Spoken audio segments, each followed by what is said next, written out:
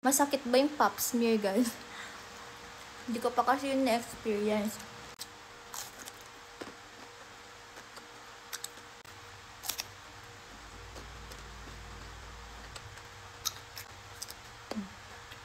Mangga at bagoong alamang.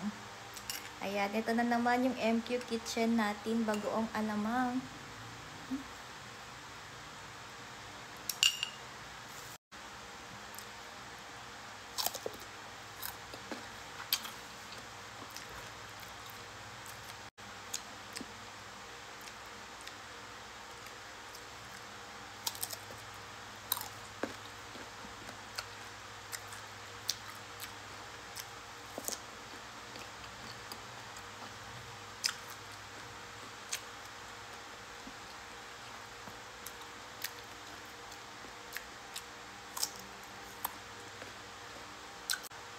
Totoo ba guys na nagkaka-UTI daw yung mga pregnant na hindi nalalaman?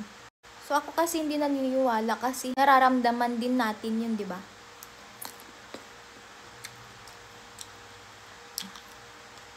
Tsaka monthly naman yung check-up. At later guys, mapapap smear ako next week.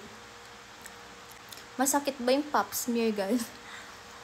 Hindi ko pa kasi yun na-experience.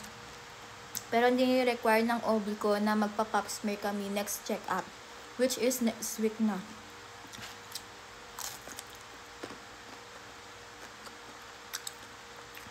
Medyo kabado ako sa pap smear. At nagsusearch na ako ngayon kung ano yung feeling, ganyan. Sabi nila may masakit, meron daw yung hindi, ganyan. So, tingnan na lang natin. I-update ko na lang kayo.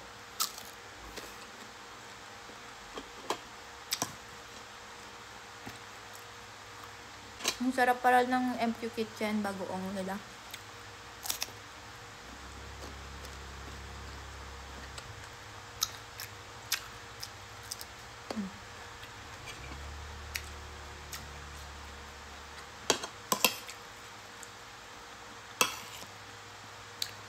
May pagka-sweet and spicy.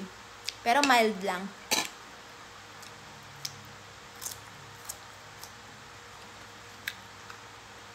Plain pala to, pero may nalalasahan akong anting anghang, ganun. Pero ang sarap ng pagkaanghang niya, guys.